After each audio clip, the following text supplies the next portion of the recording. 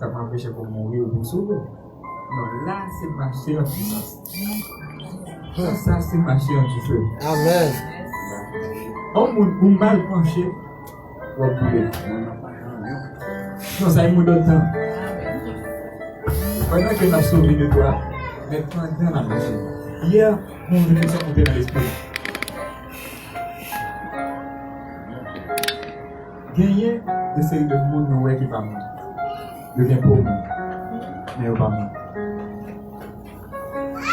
Ouais, quand l'église n'entend ça pas puissant, pas entrer dans le discernement.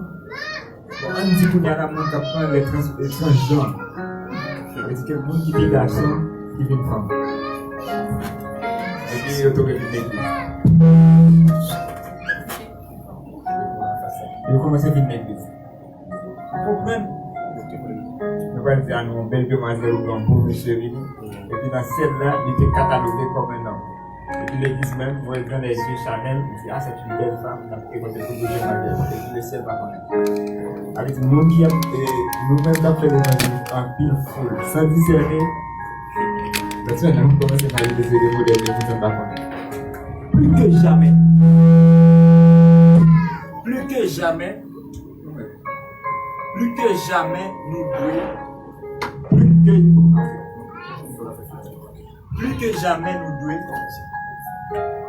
devons discerner. Plus que jamais, nous devons prier. Bénis le bon Dieu pour tout le monde qui marie déjà. Amen fort. Plus que mariage, un bon mariage. Amen fort. Mais si je me marie qui va lui marier dans ça, alors comme la prière, je n'ai pas. Comme la prière, je n'ai en spirit pour nous. Il n'a pas bon démon. Donc, avant ancien garçon. Ou ancien femme. Ça me dit là, les vidéos haïtiens au Canada, ils tuent mon homme. Parce que les filles ont dit 7 mois avant de dans la relation, ça va avoir moins que garçon pour changer la vie. Ben là, tellement nouveau, oui. C'est comme si il fait colère tout près, même pour mentir. Et pas de compétition. Et puis, enfin, la compétition, il faut aider ça, les images, pour l'alerter. Et le tueur, il a dit de prendre un pays parce qu'il y a une technologie avancée, donc à faire genre d'opération. Ça fait dit ça. On doit qui voter. Moi, l'église, ça va pas encore. Il y a des affaires d'église avec l'église. Parce que loi va entrer. Loi qui dit que nous devons changer pour royaume, etc. Donc, s'il vous plaît, si quelqu'un fait 3 jours, une jeune fille en garçon, vous devez passer. Parce que vous par contre ça va dedans. Par contre ça va dedans. Et c'est pas une politique de bonne gouvernance en pays ça. Le président ça fait monter là. Il te posté pour montrer qu'il fait, il était premier monde qui fait mariage homosexuel. Vous tournez ça qu'il a prêché ça au maxi dans la vie. Les États-Unis ont le droit sur massif pour pays là. Un pays qui n'est pas d'accord entrer dans le bagage ça. Ils peuvent gagner un rapport commercial sur le plan international. La comprendre qu'on y a là, lorsqu'on va gagner des dirigeants qui dans l'agenda de Dieu, le parle pour sauver. Le parle pour sauver. En nous. Ça fait ici, on nous veut que, pendant qu'on va prier, on veut que nous créions business. Le fait que le roi soit évoqué ici, l'ONG retire un peu de fonds. Donc, l'ONG va aller comme un peu de fonds pour mettre plus dans le chômage. Pour un peu l'argent, t'as pas de l'argent massif. Que vous pouvez l'église là, vous prenez l'argent massif sur la l'église. Je pense que c'est une bonne chose. Si nous pas créer business, on dit que nous avons un gouvernement qui n'est pas décidé à aligner. Comme l'exemple, il n'y a pas faire pression parce qu'il n'y a pas fait pression, il n'y a pas de pression là, parce que il y a des tentatives de sécurité contre ça qui est en GTO. Vous voyez? C'est en GTO, parti là-bas, tout va être posé. Ça fait, moi-même, je compte madame, ça ne demande pas peur parce que moi je retire peur. Seulement, on a peur de temps. Parce que le pays, ça. Une démonstration de puissance pour payer ça à libérer. Oui, libération spirituelle là, nous faisons déjà, nous faisons. Mais pour nous là, c'est physique. C'est ainsi, le monde pas mal qui est mythique pour essayer de parce que mystique pour parler, nous avons fait un premier Christ. Mais on connaît chrétien par exemple, on connaît chrétien par pouvoir. Donc on connaît chrétien par cartouche. Ça fait une génération ça pour vivre un petit peu sur les cartouches par faire. Ouais, nous on fait dans les sites là et nous pour pouvoir. Nous-mêmes dans la génération, nous avons fait cartouche sur les sabbats. Parce que la parole de Dieu l'a conduit dans ça. Avec nous, déjà parole. Que tout homme, la divine esprit, force de lumière pour ressusciter la force. Ça qui est la péresse pour sortir de la péresse. Alors, au nom de Jésus, je prie pour ce pays. Parce que c'est un Dieu qui prend l'église qui a prié pour payer ça. Et c'est le Dieu qui projette pour prendre, c'est le Dieu sur Haïti. C'est le Dieu en lumière de la liberté. Et c'est le Dieu de la liberté qui vit. C'est le Dieu de l'esprit de liberté est là. Et c'est le Dieu de la société. Nous marquons avec des gens en sorte que ce Seigneur, pour accompagner le Seigneur et nous Seigneur ne sacrifions pas.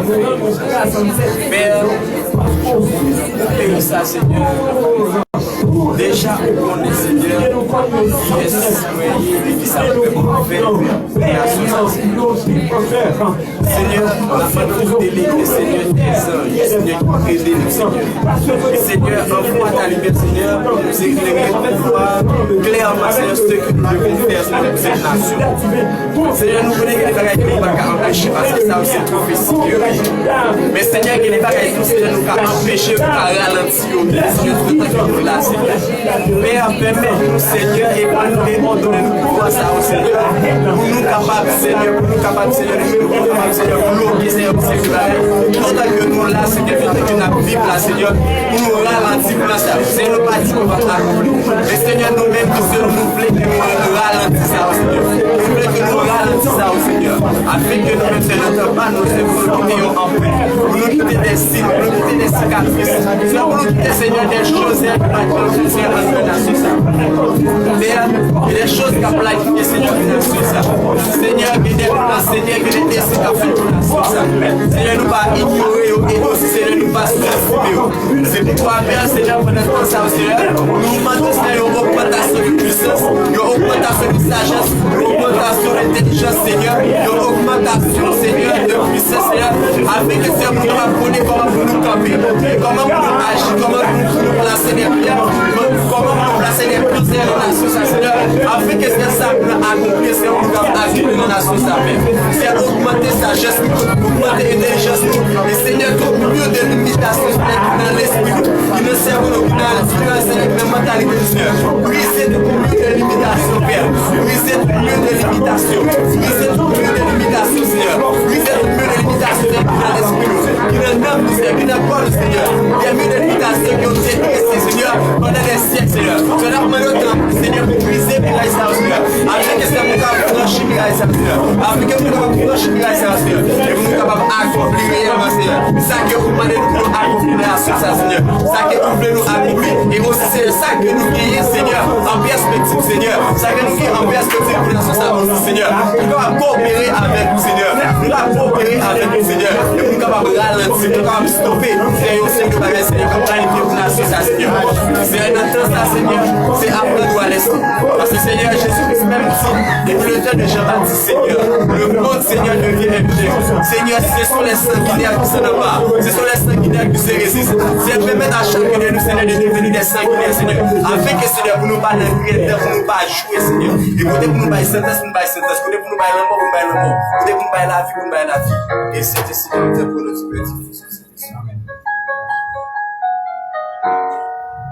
Si vous croyez que, mon Dieu, soufflez fort sur vous, acclamez.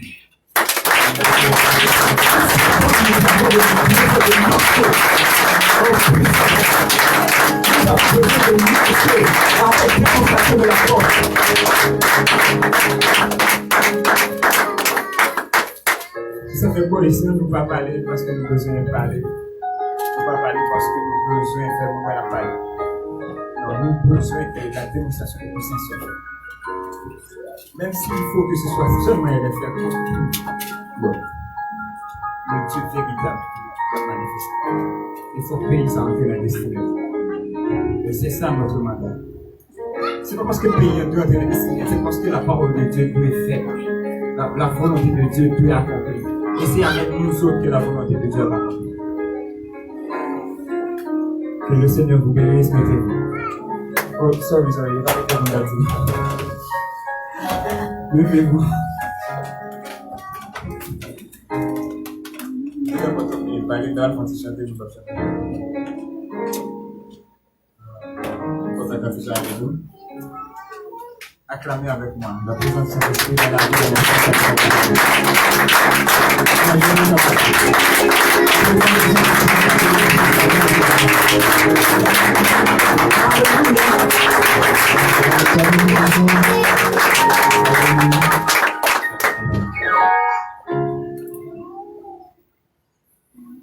merci, vous pouvez s'asseoir dans sa présence.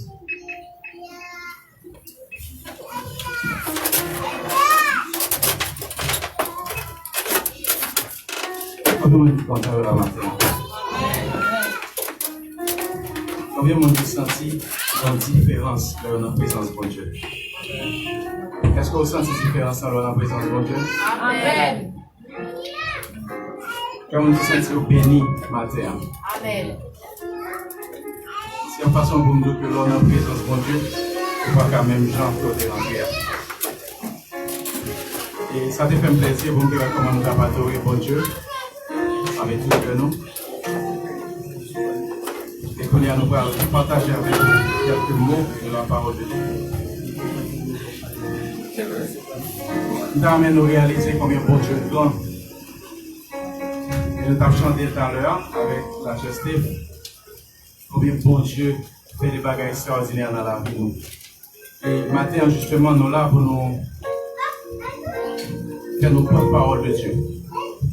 Et nous bénissons bon Dieu par ça et nous remercions Père spirituel, nous, apôtre Jim Fédora, et permettre que matin nous partager la parole de Dieu avec nous. Je vais inviter nos combien pour nous quelques secondes. Père, dans le nom de Jésus, nous voici devant toi ce matin. Nous sommes venus tout d'abord implorer ton nom, dire à quel point tu es grand dans nos vies. Merci Seigneur de te servir de nous pour être porte-parole de ce matin. Donne-nous la capacité, Seigneur, de pouvoir transmettre ce message que tu nous as confié avec hardiesse à ton peuple, Père Saint. Et je demande et je réclame que cette parole ne retourne pas sans avoir fait effet dans leur vie, Seigneur. Je demande, Seigneur, que le Saint-Esprit puisse déposer l'esprit de connaissance, l'esprit de sagesse dans la vie de chacun ici présent. Père, je ne joue pas, je te demande, Seigneur, de pouvoir transformer chaque personne ici présente, même contre eux-mêmes, Seigneur. Transforme-leur. Permets, oh Dieu, qu'ils ne soient pas la personne qu'ils étaient lorsqu'ils sont rentrés ici ce matin. Quand tu dis dans ta parole, si quelqu'un est en Christ, il est une nouvelle créature. Les choses anciennes sont passées, et voici toutes choses sont devenues nouvelles. Il n'est pas possible que nous soyons les mêmes personnes, Seigneur, après avoir été dans ta présence. Nous bénissons ton nom, Seigneur. Sois glorifié. Dans le nom de Jésus, nous t'avons prié. À lui soit la gloire au siècle des siècles. Acclamons le Seigneur.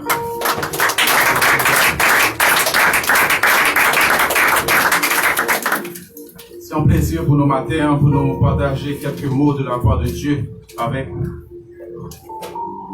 Nous lire avec nous un texte que nous jouons dans Genèse, chapitre 12, versets 1 à 4. Et sous demande Père spirituel, nous avons partagé quelques mots que nous t'ai partagé à Jacmel. Dieu te permette que nous t'ayons fait des formations pour les jeunes et nous t'ai prêché la parole de Dieu. Donc, on a eu une chance de partager quelques mots de ça qui te dit. Genèse chapitre 12, verset 1 à 4. Vous y êtes? C'est la meilleure monde de texte pour moi. Okay.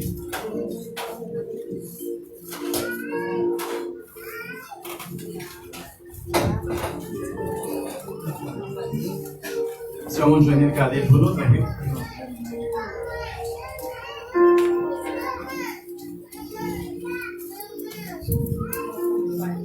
L'Éternel dit à Abraham, Genèse 12, verset 1.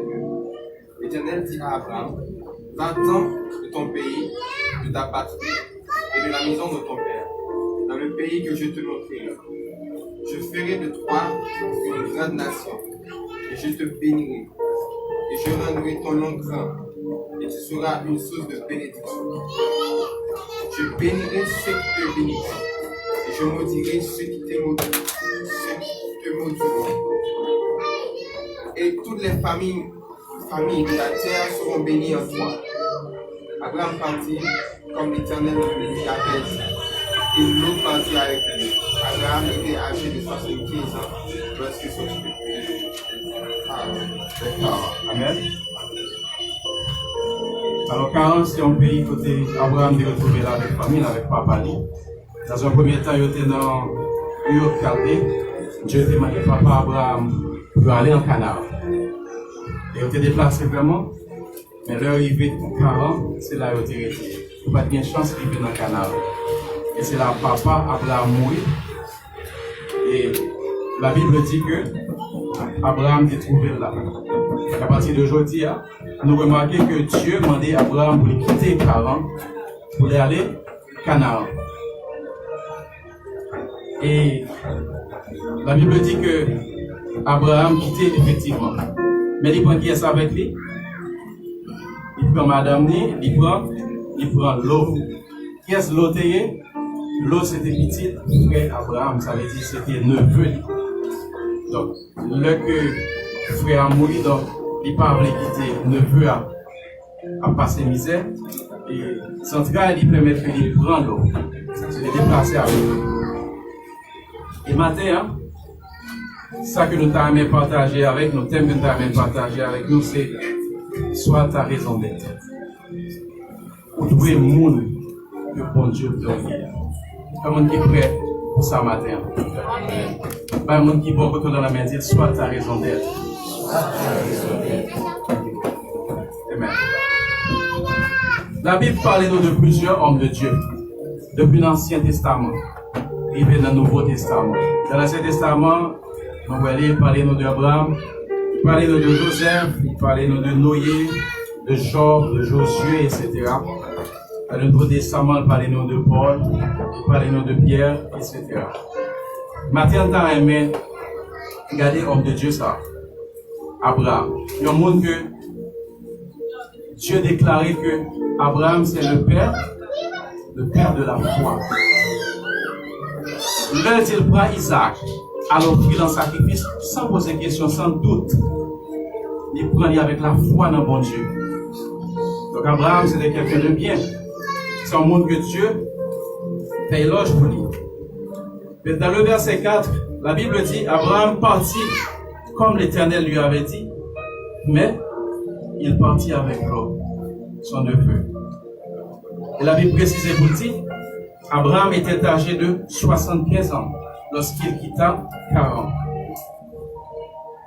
Nous parlons ensemble quelques étapes de la vie d'Abraham. À noter que de naissance d'Abraham jusqu'à 75 ans, pas vraiment grand chose qui dit. Si vous regardez dans le chapitre qui est avant, Genèse chapitre 11, il parlait seulement de l'heure Dieu dit papa quitter Ur Chaldée pour aller à Haran.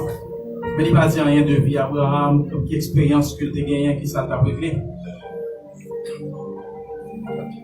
Mais deuxième partie de la vie Abraham qui vraiment intéressait nous, c'est partie promesse que Dieu va faire pour lui à partir de 75 ans. Ça nous lit dans le texte à Genèse chapitre 12 verset 4. Et la Bible précisait que il fait appel à Abraham. Après que papa est mort, il dit bon, moi je vais faire aussi, je choisis. Mais si nous lisons tout le chapitre là, de verset 4 jusqu'à la fin, nous parlons qu'effectivement, Abraham quittait Charan. Il vivait vraiment dans Canaan. Même Dieu n'a pas parlé avec lui, il n'a pas dit rien, mais qui semble ouvert, il n'a pas dit rien. Et si nous regardons quelques expériences que Abraham fait d'abord, la Bible dit qu'à partir de verset 10, dans Genèse chapitre 12, il y a une famine dans Canaan. Mon grand goût, mon pas qu'à manger. Et sans consulter Dieu, Abraham quittait Canaan, il descend en Égypte. Et là, il est en Égypte, là, il va rentrer. La Bible dit que Sarai, madame Ni, elle était belle de figure, c'est une belle dame liée. Et Abraham dit, Sarai, vous arrivez par le monsieur Blanc. Parce que si me dit c'est madame Moye, il a tué, mais il a Blanc. Il dit, le roi dit que c'est sœur. Ok? Le roi dit c'est sœur Moye. On passe en bonne journée de manger pour nous retourner dans le Canaan. Effectivement, Sarai dit, monsieur, c'est sœur. Bon, à la vérité, il était demi-sœur d'Abraham. Nous ne pouvons pas parler de sa mère. Parce que quelque part, il était petit papa, il était petit maman, etc. Donc, il y a une histoire là-dedans vraiment. Mais c'est madame Ni. C'est madame Ni. Il dit que c'est ça. Il dit, waouh! Waouh, prend Sarai vraiment. Et la Bible dit que il invitait dans la chambre. C'est là qu'il sentit que il faut couper mon problème, il soit dit Abraham, mon cher. Pour qu'il soit bon menti. Il dit, c'est madame, moi, lorsque vous faites me prendre comme madame. Il dit, mon yo, pas tout ça au besoin. Faire quitter le pays. Et bien, effectivement, Abraham prend tout ça, il a besoin de la famille, il a quitté le pays. Il a retourné au Canada. Est-ce que bon Dieu parlait avec toujours? Non. Deuxième expérience que Abraham fait, c'est avec l'eau, ne veut que derrière ville. Dieu ne peut jamais dire rien. La Bible dit que plein de monsieur, tu as une bête que tu as regardé. Et puis, il y a un problème en gardant bête monsieur. Berger, il y a un problème, il a coupé à l'autre. Il n'y a pas qu'à vivre même côté. Et puis, dans Genèse chapitre 13, l'eau est Abraham. L'eau regardez bien. Abraham dit, souffle à gauche, ma femme à droite. Souffle à droite, ma femme à gauche. Choisis côté où vous voulez. Et puis, l'eau choisit ville là. Et séparation en fait. Nous avons attiré l'attention sur un point. Automatiquement que séparation entre l'eau et Abraham, que bon Dieu t'a révélé, la foi de Dieu commence à parler avec Abraham. Et je me dis au matin, il y a de côté bon Dieu parle avec vous, il y a de monde qui sont autour, pas faire avec vous. Là, je saisis bien ça, Martin. Par sensibilité, par amour, par passion, vous pouvez mener le monde ça avant. Mais tant que la paix, Dieu ne fait pas. Si nous regardons dans Genèse chapitre 13, alors regardez bien, Genèse chapitre 13.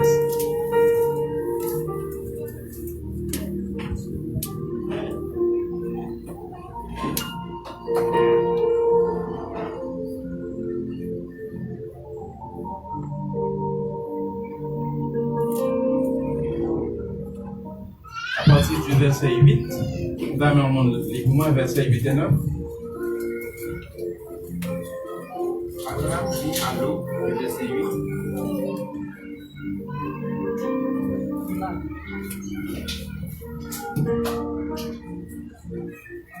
Abraham dit à l'eau qu'il n'y ait point, je te prie, de dispute entre moi et toi, ni entre mes bergers et tes bergers, car nous sommes frères. tout le pays n'est-il pas devant toi? Sépare-toi donc de moi. Si tu vas à gauche, j'irai à droite. Si tu vas à droite, j'irai à gauche. L'eau leva les yeux et vit toute la plaine du Jourdain, qui était entièrement arrosée, avant que l'Éternel eût détruit Sodome et Gomorrhe. C'était jusqu'à Soa, comme un jardin de l'Éternel, comme le pays d'Égypte. L'eau choisit pour lui toute la plaine du Jourdain, et il s'avança vers l'Orient. C'est ainsi qu'ils se séparèrent l'un de l'autre. Abraham habita dans le pays de Canaan, et Lot habita dans les villes de la plaine, et il dressa ses tentes jusqu'à Sodome. Les gens de Sodome étaient méchants et de grands pécheurs contre l'Éternel. Donc nous automatiquement que séparation fait bon choix qui fait. Et par la suite, nous connaissons l'histoire ça, Sodome et Gomorrhe, nous venons qui s'est béni, bon Dieu vient détruire son nom, etc. Frère, nous devons certes écouter la voix de Dieu, mais il n'est pas suffi. Nous devons aller jusqu'au bout. Des fois, sentiment nous connaissons que nous faisons des bagages qui peut-être pas dans la volonté de mon Dieu. Et le nous garder en réalité, l'eau c'est famille Abraham. Donc il fait bien que la lavelle. Mais Dieu va demander, il peut déplacer avec. Dieu dit, va dans le pays que je te promets. Et immédiatement que séparation faite, Abraham commençait à entendre la voix de Dieu, commençait à jouir de la bénédiction. Ça, c'est la deuxième expérience que Abraham fait en dehors de la volonté de Dieu. Qui est la première expérience qu'il a fait? C'est de descendre en Égypte, de gagner une famine. Pas vrai? Et qui est la deuxième expérience qu'il fait? C'est de qu'il faut se séparer avec l'eau, neveu. Abraham fait une troisième expérience, loin de la présence de Dieu. Ma bonne texte, ça nous a lire après. C'est dans Genèse chapitre 16 que nous jeunes. La Bible dit que Abraham écouta la voix de Sarai. Il alla coucher avec Agar, sa servante. Le Sarai, où l'âge avait avancé, il dit à Abraham, pas sûr que nous avons bien petit. Il dit, comme nous avons un jeune petit monde là, qui a travaillé avec nous, nous avons autorisation. Il dit, nous autorisons à mettre coucher avec lui pour mon petit monde. Abraham va consulter Dieu. Abraham allait, il mettait là avec Agar. C'est la troisième mauvaise expérience que il fait. Et Dieu est patient. Dieu est patient avec Abraham. Là, nous dans Genèse chapitre 16. Et dans Genèse chapitre 17, la Bible dit que lorsque Abraham fut âgé de 99 ans, à quel âge que bon Dieu t'a fait appel avec dans Genèse chapitre 12? Est-ce que nous sommes 75 ans. Quel âge que le vient dans Genèse chapitre 17? Abraham vient grand monde, il ne va pas prendre conseil, il ne va pas attendre sa bonne Dieu. Et qui est-ce qui place dans le pays Canaan pour le pays? Dieu. Est-ce que ça va arriver nous des fois, Dieu place nos côtés et puis nous juste à faire par nous? Ça va arriver nous? Nous ressentons que Dieu place nous dans nos positions, nous sentons bien, mais ça n'a pas réglé, c'est pas pareil, mon Dieu. Comment qui sent ça? Matin, mais attirer attention. Nous, Abraham allait dans Canaan vraiment. Il veut manger suffisamment en Égypte et descend. Canaan, le pays où le lait coule, le lait et le miel. Donc Abraham sent-il bien. Là, la neveu, il a regardé bête. À tel point que le berger a fait discussion entre eux. Ils ont choisi pour habiter dans la ville, l'autre a choisi pour habiter de l'autre côté. Donc ils sont à l'aise. Mais ils ont ignoré. Ils ont ignoré le monde qui était fait là. Madame, nous avons attiré attention que le niveau et le place que bon Dieu mettait vous supposez penser quand on sortit. Vous supposez penser quand on sortit et quand bon Dieu à la mort. Et la Bible dit, dans Genèse chapitre 17, Abraham fut âgé de 99 ans. L'Éternel a paru maintenant à Abraham. Mon Dieu dit, bon, c'est trop passé. Dieu apparut à Abraham et lui dit, je suis le Dieu Tout-Puissant. Marche devant ma face et sois intègre. Il lui dit, j'établirai mon alliance entre moi et toi. Je te multiplierai à l'infini. Et Abraham tomba sur sa face. Dieu lui dit, voici mon alliance que je fais avec toi. Tu deviendras père d'une multitude de nations. On ne t'appellera plus Abraham, mais ton nom sera Abraham. Car je te rends père d'une multitude de nations. De 99 ans à 75 ans, ça fait 24 ans. 24 ans loin de la présence de Dieu. 24 ans, côté Abraham a joui de flux pays, sans pas demander mon Dieu, devant une ville là, qui sauve les faits. Dieu a été patient avec lui.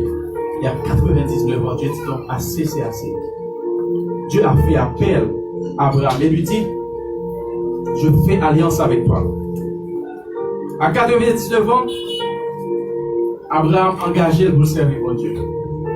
Je ne pas besoin de matin, pas trop tard pour faire expérience avec mon Dieu.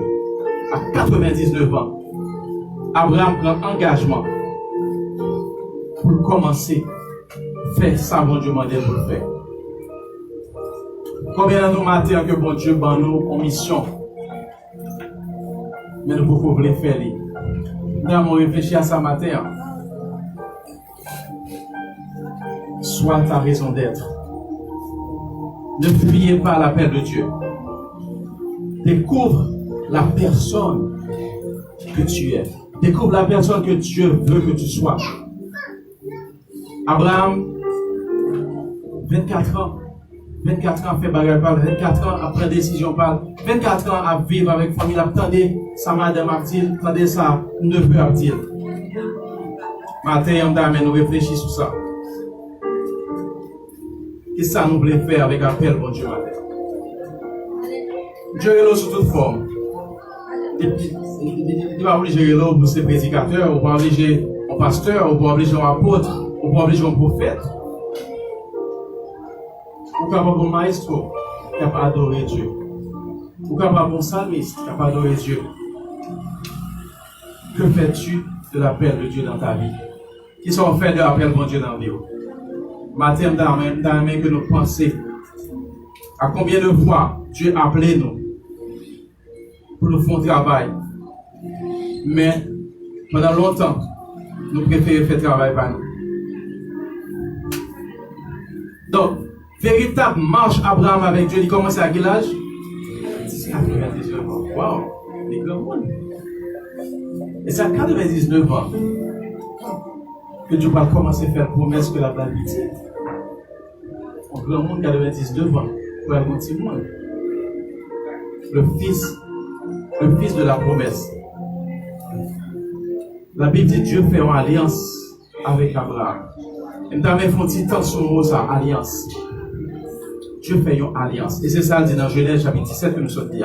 Dieu fait une alliance avec Abraham. Qui ça alliance dans le dit? Selon le dictionnaire Larousse, le mot alliance signifie un accord. Dieu prend un accord avec Abraham. La Bible dit tout une entente. Okay. Les signifie tout un pacte. Donc, Dieu signe un pacte avec Abraham. Il dit ok, des jours dans la bouche, déplacé sur ces 40 à l'Écanaan. Bon là, je dis à là, nous avons un pacte. Pas de dans la bouche, parce qu'on fait 24 ans. Vous faites 24 ans, on fait bagaille pauvre. Bon, quand il y a là, vous voulez mettre sur papier. Il dit Abraham a fait un pacte avec vous. Nous avons signé ça. Désormais, samedi, c'est son bras fait. Côté voyons, c'est leur bras. Donc Dieu fait un pacte avec Abraham. Il signe, il fait une alliance avec lui. Une alliance, tout, c'est une sorte de union. Nous, ça dans le mariage, je nous dis que nous avons notre alliance. Donc, ils font union, une avec l'autre. Donc, Dieu fait une union avec Abraham. Il dit à Abraham, désormais, je voulais faire en sorte que la relation entre moi-même avec vous sont une relation faite. Et ici, il y a un pacte avec Abraham. Et après l'alliance ça que le fait, Dieu a commencé à promettre certaines choses avec Abraham. Ça nous dit dans Genèse chapitre 17. Il dit que je te multiplierai à l'infini. Il dit, tu deviendras père d'une multitude de nations. Et dans verset 4, dans Genèse chapitre 17, il dit, la Bible dit que Dieu changea le nom d'Abraham. Dieu changea le nom d'Abraham. Et Dieu pas appeler Abraham encore, ou appeler qui Jean? Abraham. Donc le fait qu'il change le nom Abraham, ça veut dire qu'il changeait l'identité Abraham. Est-ce que nous comprenons ça là-dessus? Donc le bon Dieu fait alliance avec vous, il change l'identité. Comment qui croit ça matin? Est-ce qu'on croit notre identité matin? Dieu a changé l'identité Abraham. Dieu a changé entourage Abraham. Pas oublier que c'est séparé de l'eau. Et nous, par la suite, à cause Jean Mouniou à vivre, qui ça l'eau vient subir dans Sodome et Gomorrhe. Donc non seulement Dieu a changé l'identité Abraham, il a changé entourage. Et attends, non, madame, il a changé. Il dit, madame, vous avez ça, il va appeler ça encore. Vous avez Sarah. Dieu a changé l'identité. Et c'est même genre, lorsque nous sommes en Christ, la Bible dit que nous sommes une nouvelle personne. Donc, on devient une nouvelle créature. On a une nouvelle identité. Amen. Amen. Et c'est ça, nous jouons dans 2 Corinthiens 5, verset 17. Si quelqu'un est en Christ, il est une nouvelle créature. Les choses anciennes sont passées et voici toutes choses sont devenues nous. Est-ce qu'elle dit les choses anciennes vont être passées? Non, les choses anciennes sont passées. Ça veut dire quoi? Automatiquement, on accepter Christ, il change d'identité. Comme il compte une nouvelle identité matérielle. Nous avons l'autre identité. Donc, le fait que nous avons l'autre identité, nous pas qu'à parler même genre, nous pas qu'à agir même genre. Et paroles que nous avons prononcées, nous supposons des paroles de vie. Des paroles de vie. Nous devons relâcher la vie qui est en nous. Nous devons relâcher la vie. Donc le fait que nous sommes une nouvelle créature, nous pas qu'à agir même genre. Nous pas qu'à parler même genre. Et en tant que nouvelle créature, nous devons vivre par la parole et non pas par les circonstances. Trop souvent, nous quittons les circonstances pour déterminer mon que nous est. Façon nous est monde aller, façon nous est la vie nous est. Façon nous est un monde qui d'entourage nous est. Non, ce sont les circonstances. Nous devons quitter la vie nous guider par la parole et non par la circonstance. Maintenant, comment relâcher la vie? Comment relâcher la vie? L'Esprit de Dieu communique avec notre esprit pour que nous soyons capables de relâcher les paroles de vie.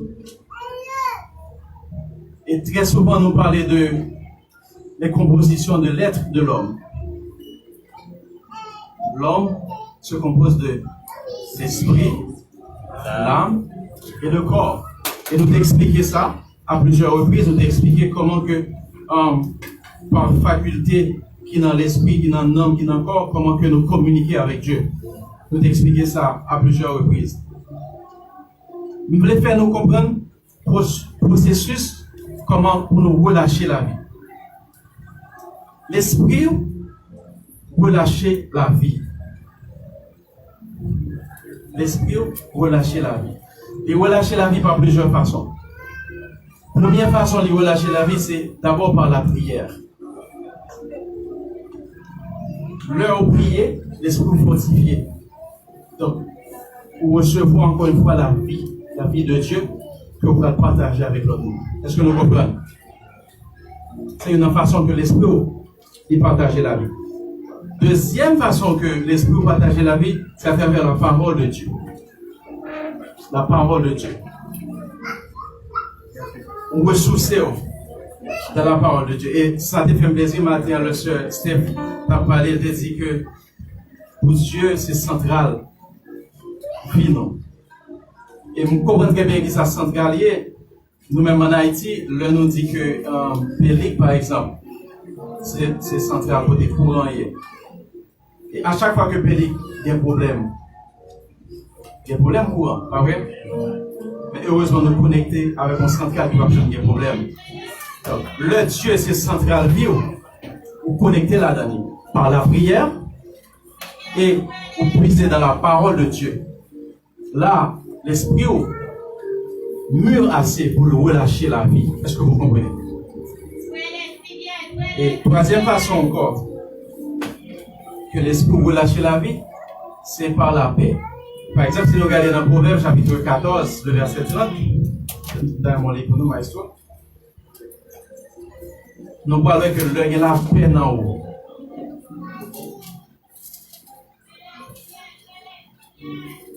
L'œil est la paix. Par la paix, vous relâchez la vie. Proverbe chapitre 14, verset 30. Écoutez bien. Proverbe chapitre 14, verset 30. Un cœur calme est la vie du corps, mais l'envie est la carie des os. Un cœur calme est la vie du corps. Donc, lorsqu'on est calme, lorsqu'on a la paix, on relâche la vie, non seulement au corps, mais aux autres aussi. On relâche la vie. Donc, c'est que l'esprit relâche la vie de trois manières, pas vrai? Premièrement, par la prière.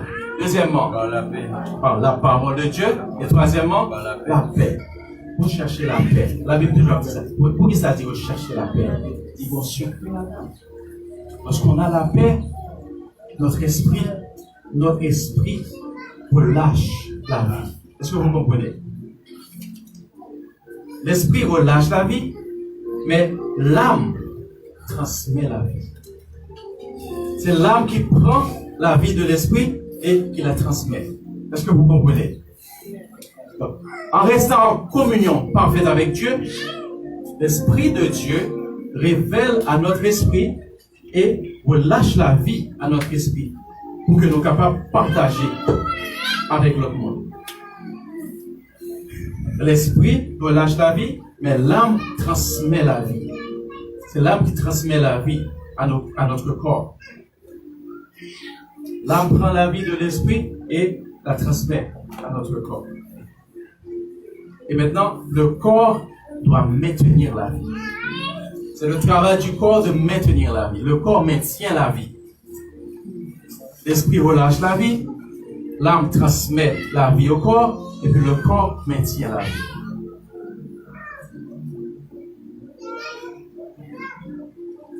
Soit ta raison d'être. Et physique et spirituel. Moi expliquez-nous un processus physique là.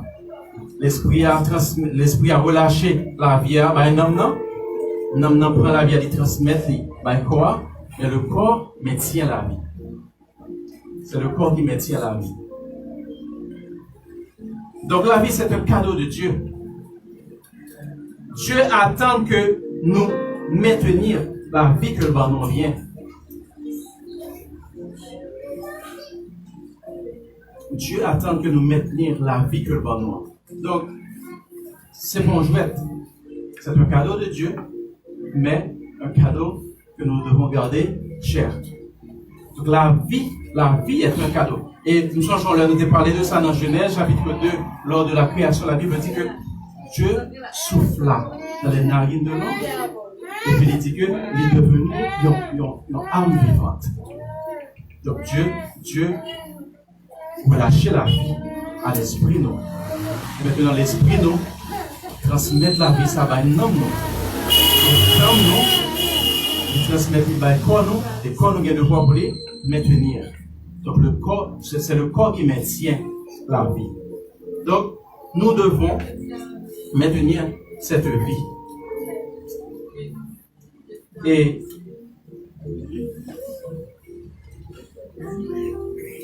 maintenant, comment maintenir cette vie?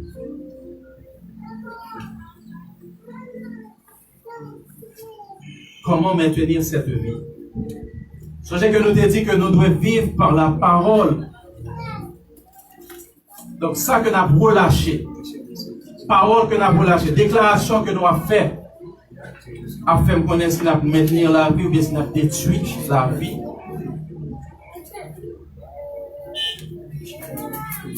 Dans Matthieu chapitre 12, le verset 35 et 37, la Bible dit, l'homme bon tire de bonnes choses de son trésor. Et l'homme méchant tire de mauvaises choses de son mauvais trésor. Damien nous dit avec moi, trésor. Trésor. Trésor. Trésor. Verset 36, il dit, je vous le dis, au jour du jugement, les hommes rendront compte de toute parole vaine qu'ils auront proférée. Wow. Toute parole vaine, toute parole qui soit dans la bouche, vous allez rendre compte de eux. Maintenant, d'amener nos propositions, d'amener nous comprendre ce qu'a dit là. Vous avez la vie, ok? Maintenant, comment maintenir cette vie devant Dieu et devant les hommes? Les hommes rendront compte de toute parole vaine. Ça vaine, il y a des bagages qui sont dans la bouche, pas bien placés. Bagages qui dit que vous pas obligé de dire. Les hommes rendront compte de toute parole vaine qu'ils auront proférée. Verset 37, car par tes paroles, tu seras justifié, et par tes paroles, tu seras condamné. Alors il faut faire très attention avec vos déclarations. Il faut faire très attention avec vos paroles. Et puis devant nous parlerons ça dans le proverbe, il dit que la mort et la vie sont au pouvoir de la langue. Vous voulez mourir, langue. Vous voulez vivre, langue vous décidez. Mes chers amis, il faut faire très attention avec ce que nous disons. Sur vos paroles que vous lâchez sur le monde. Vous lâchez des paroles de bénédiction. Amen. Vous lâchez sur vos amis, sur votre famille, des paroles de bénédiction. Ne relâchez pas des paroles de malédiction, car vous aurez à rendre compte devant Dieu. Toute parole que vous prononcez. Amen.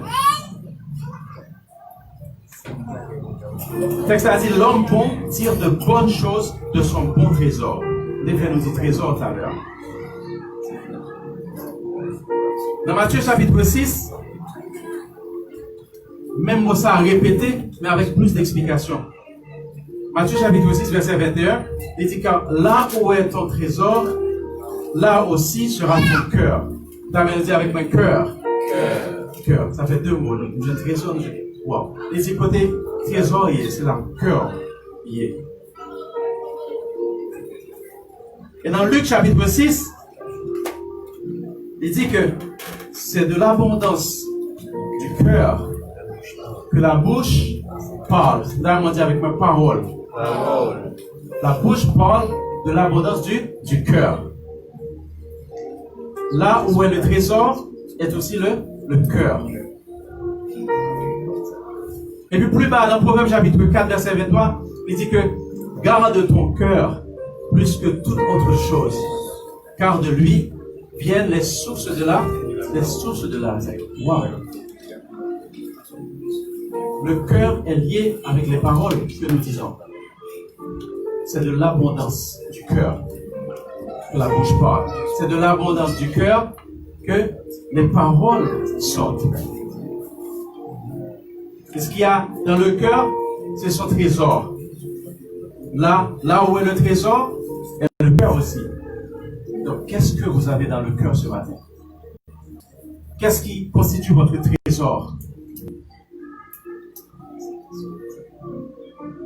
Qu'est-ce qui constitue votre trésor? Car la bouche parle du cœur. C'est de l'abondance du cœur que la bouche parle. C'est de l'abondance du cœur que la bouche parle. Et la Bible dit que le cœur, il faut garder ça bien, car du cœur viennent les sources de la vie. Dans Proverbe chapitre 4, le verset 23. Garde ton cœur plus que toute autre chose, car de lui viennent les sources de la vie. Mes chers amis, d'amis inviter nos matins pour nous penser qui traitement que nous va écrire nous. Ça est très important.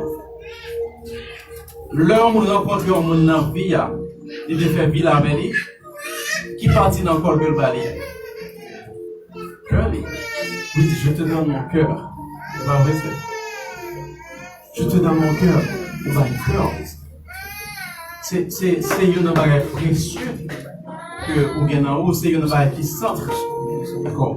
Pour que ça parle le cœur, les paroles viennent du cœur.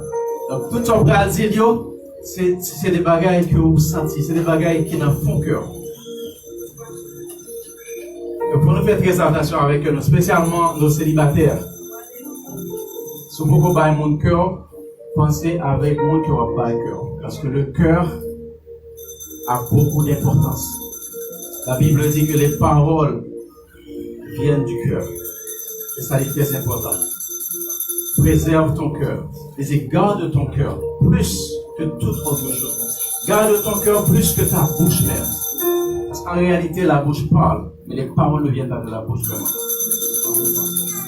Bouche à son tuyau. Garde ton cœur plus que toutes ces choses. Parce qu'en réalité, tout ce que vous dites, bon ou mauvais, vient du cœur. Il est très très important. Mais maintenant, on dit, ok frère, qui Jean qui a fait ça? Par les paroles que tu prononces, par les déclarations que tu fais, par connaissance qu'on vient de gagner et qu'on dit, ok, on voulait prendre possession, ça que Dieu réservé pour moi. L'esprit de connaissance. Donc, leur animé de l'esprit de connaissance, on prend possession de cadeaux que la Bible a quitté. Et la Bible, moi, belle en pile, il réserve un pile cadeau pour nous. Et nous allons voir un cadeau que la Bible réserve pour nous. Nous allons faire nous garder l'ensemble. C'est dans Somme 2. Nous avons 2 versets dans Somme 2 que nous allons regarder. Pour nous garder dans tout cadeau que la Bible réserve. Qui est un cadeau que nous avons dans nous que nous ne allons jamais utiliser. Somme 2. Dame que Maestro lit en versets 7 et 8 dans Somme 2 pour nous. Somme 2, verset 7 et 8. Je publierai le décret. L'Éternel m'a dit, tu es mon fils, je t'ai engendré aujourd'hui. Demande-moi et je te donnerai les nations pour héritage, les extrémités de la terre pour possession. C'est ça dit dans verset 8 là. Demande-moi et je te donnerai les nations pour héritage. Il y a une version que vraiment bien ici, je te donnerai en cadeau. Il dit, je te donnerai en cadeau. Si tu me demandes, je te donnerai en cadeau les nations comme héritage. Les nations. Il dit que je te donnerai les extrémités de la terre pour possession. Donc moi, faux cadeau. Il y a plein de cadeaux pour nous. Et maintenant, je voulais réaliser que pour arriver raison d'être, pour arriver posséder, pour arriver entrer dans la destinée, il faut que vous découvriez parole, ça pour déclarer. Et après sermon, Père spirituel, nous allons faire des déclarations avec nous, pour nous prendre possession des extrémités de la terre. Somme 2. Demande-moi, je te donnerai les extrémités de la terre pour possession. En baoul. Mandez seulement pour demander. Combien de fois nous demandons, mon Dieu? Mandez seulement. Depuis demander seulement, ma banon. Ce sont des choses qui sont là à notre portée. Demande-moi, je te donnerai ça.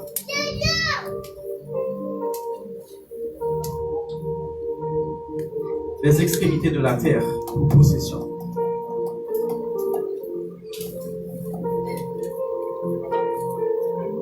Combien d'entre nous sommes conscients que vous êtes riches?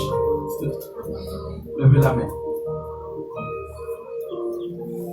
Oh, il y a un bagage qui est conscient de nous riches. Je vais me poser une question encore. Combien de monde qui est conscient que vous êtes riches? Okay, merci de nous faire descendre. C'est une certaine hésitation. Et vous comprenez pour qui ça? Vous comprenez? Parce que si peut-être on a regardé la situation actuelle, ou quand on dit vous hésitez pour lever mon question qu'on s'est posée, vous dites c'est riche. Vous avez pensé à un gros château, Ou peut-être à penser à un dernier Mercedes, ou peut-être à penser à un de grand bagaille. Non. C'est peut-être réel. C'est peut-être réel, mais ce n'est pas vrai. Et je vais conclure avec point ça pour me dire que la réalité n'est pas souvent la vérité. Oui, vous êtes riche. Et c'est la Bible qui dit. Nous allons regarder tout à l'heure le texte à travers la Bible que Christ s'est fait pauvre pour que nous soyons riches. Donc nous sommes riches. Mais en nous regardant,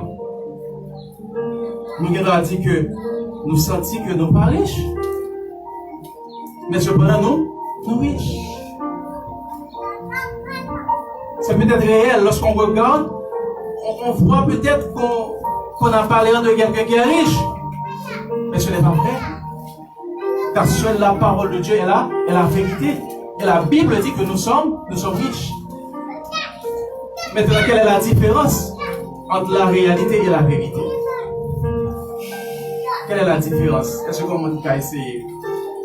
Quelle différence entre réalité et vérité? Est-ce que vous pouvez essayer?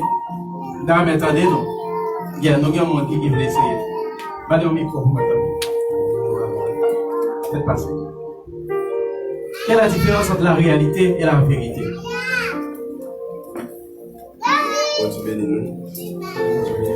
Et ça, la différence entre réalité et vérité, c'est que réalité, c'est ça qui a frappé chez nous chaque jour. Mais tandis que vérité, c'est ça qu'on n'a pas qu'à voir. Mais puis devant quoi le frapper par la lumière. Et c'est ça, un verset qui dit que le monde qui faible a dit le fort. Et que ça qui fait, et que ça qui malade a dit moins guéri. En autre terme, c'est que en réalité, moi malade. Mais en vérité, je suis pas malade. Alléluia. Acclamons le Seigneur dans la vie de notre Père. Est-ce que le monde qui veut ajouter quelque chose? Quelle différence que nous faisons entre réalité et vérité? Nous mettons parler.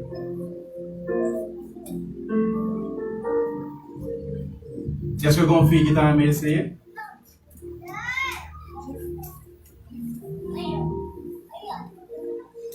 Bon, c'est pas grave. Nous bénissons bon Dieu pour la vie en frère Alain, notre fils. Effectivement, c'est ça. La réalité, c'est ce qu'on voit, ce qui frappe les yeux. C'est réel, on le voit. Mais ce n'est pas toujours vrai. Dans Matthieu chapitre 4, la Bible dit que Jésus, après quelques jours de jeûne, Satan paraît devant. Satan va sembler fatigué. Il est réel. Il est fatigué. 40 jours de jeûne. Très probablement, il est épuisé. Très probablement, il était un petit genre fainéant, comme dit que l'a dit. Donc, réalité a montré que les grands goûts, mais la réalité n'est pas la vérité. Satan paraît, il dit que moi, grand goût là, il dit que sous petit bon Dieu, demandez au chat pour tout n'est pas, on va manger. Jésus dit, arrière de moi, il dit, l'homme ne vit pas seulement de là. C'est ça? De toute parole qui vient de la bouche de Dieu. L'homme ne vit pas du pain seulement. Il est vrai, en réalité, il me semblait besoin de pain, mais en vérité, on va vivre de pain seulement. Amen. En vérité, on va vivre de pain seulement. Donc la réalité n'est pas toujours la vérité. Et il y a des cas côté que la réalité contraire même avec la vérité. Ils vont opposer sans le réel là, en réalité, en vérité, il va ça. Donc réalité, c'est ça, c'est ce qui est dans le monde réel. Ce qui frappe les yeux, ce que l'on voit, ce qui est visible, ce qui est palpable. Ce qui est palpable. Mais la vérité, c'est ce qui vient de Dieu. Amen. La vérité, c'est la parole de Dieu. Car la Bible dit que Christ s'est fait pauvre afin que nous soyons riches. 2 Corinthiens chapitre 8, le verset 9. Car vous connaissez la grâce de notre Seigneur Jésus-Christ, qui pour vous s'est fait pauvre, de riche qu'il était, afin que par cette pauvreté, vous fussiez enrichis. Que dit la Bible? Christ s'est fait pauvre pour que nous soyons riches. Donc, nous sommes riches. Même si la réalité montre que nous ne le sommes pas, nous le sommes. Nous sommes riches au nom de Jésus. Et nous devons le croire. Satan utilise souvent la réalité pour nous frapper. Mais nous devons avoir la parole de Dieu comme boussole. Moi qui est prêt pour faire ça matin. Oui, Satan, en réalité, nous semblons sortir. Mais en vérité, mais ça la vérité. Est-ce que vous comprenez? La réalité n'est pas la vérité. Nous pouvons changer la réalité en vérité par la parole de Dieu que nous connaissons. La réalité, nous pouvons le changer avec un verset à la main. Il est dit, il est aussi dit. Satan vient avec moi. Il est dit que les anges te porteront, fagon wash, kapasan babio. Il est aussi dit, tu ne tenteras pas le Seigneur ton Dieu. Avec la parole de Dieu, on peut changer la réalité en vérité. On peut changer la réalité en vérité. Je voulais dire que même leur réalité a des fois les frapper. Attention, ne pas inquiéter. La réalité est souvent temporaire. La réalité est temporaire, ça ne va pas rester. Elle est temporaire jusqu'à ce que la vérité s'accomplisse dans vos vies. Elle est temporaire, elle va passer. Et je voulais finir sous texte ça, que nous jouons dans 1 Pierre chapitre 5.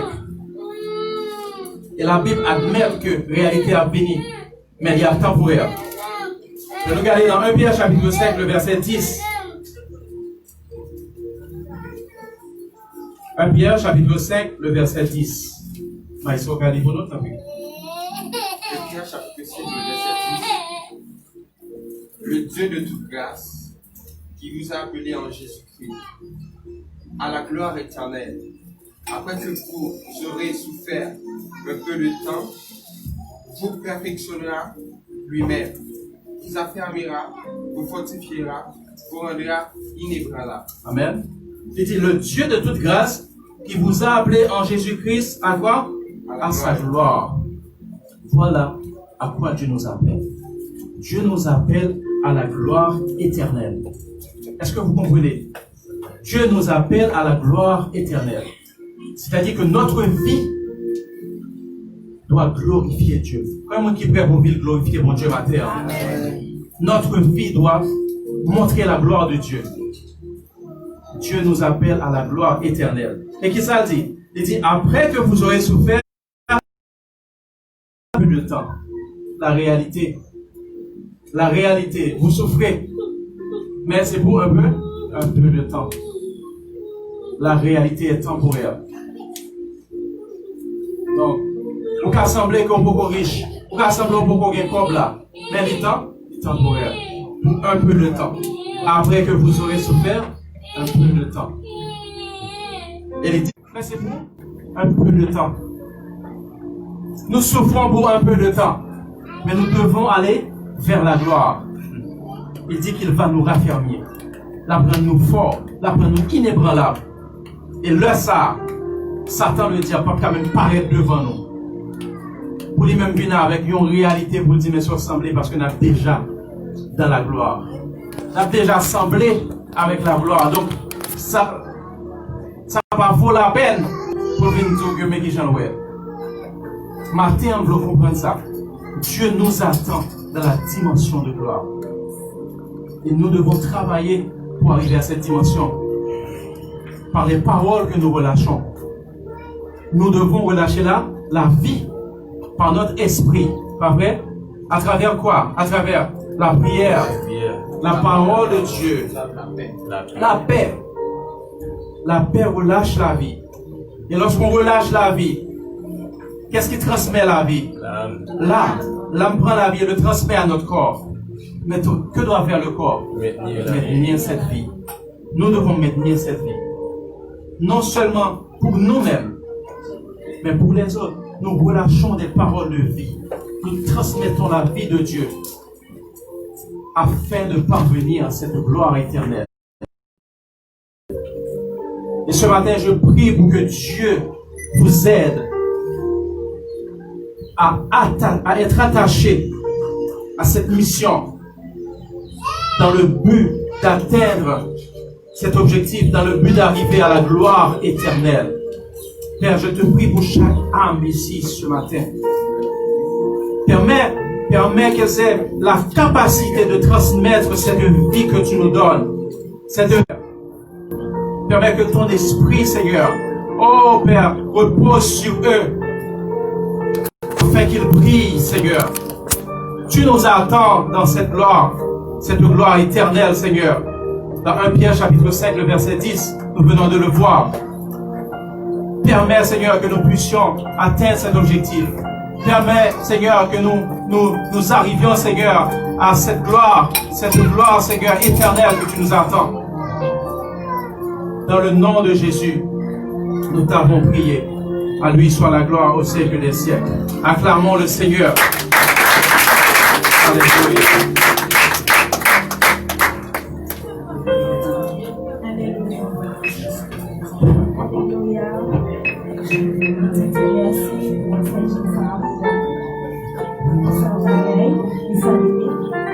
Il était parlé avec pasteur Fabien Benjamin. Oui. Oui, tu es le Dieu. Oui, tu es le Dieu. Oui, tu es le Dieu. Oui, c'est mon Dieu. Oui, c'est mon Dieu.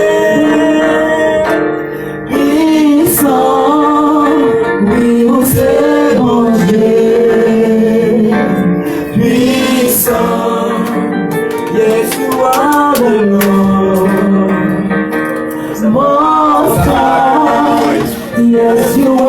the Lord. Most High. Yes, you are the Lord. Most High. Yes, you are the Lord. Most High. Tu es le Dieu. Oui, tu es le Dieu.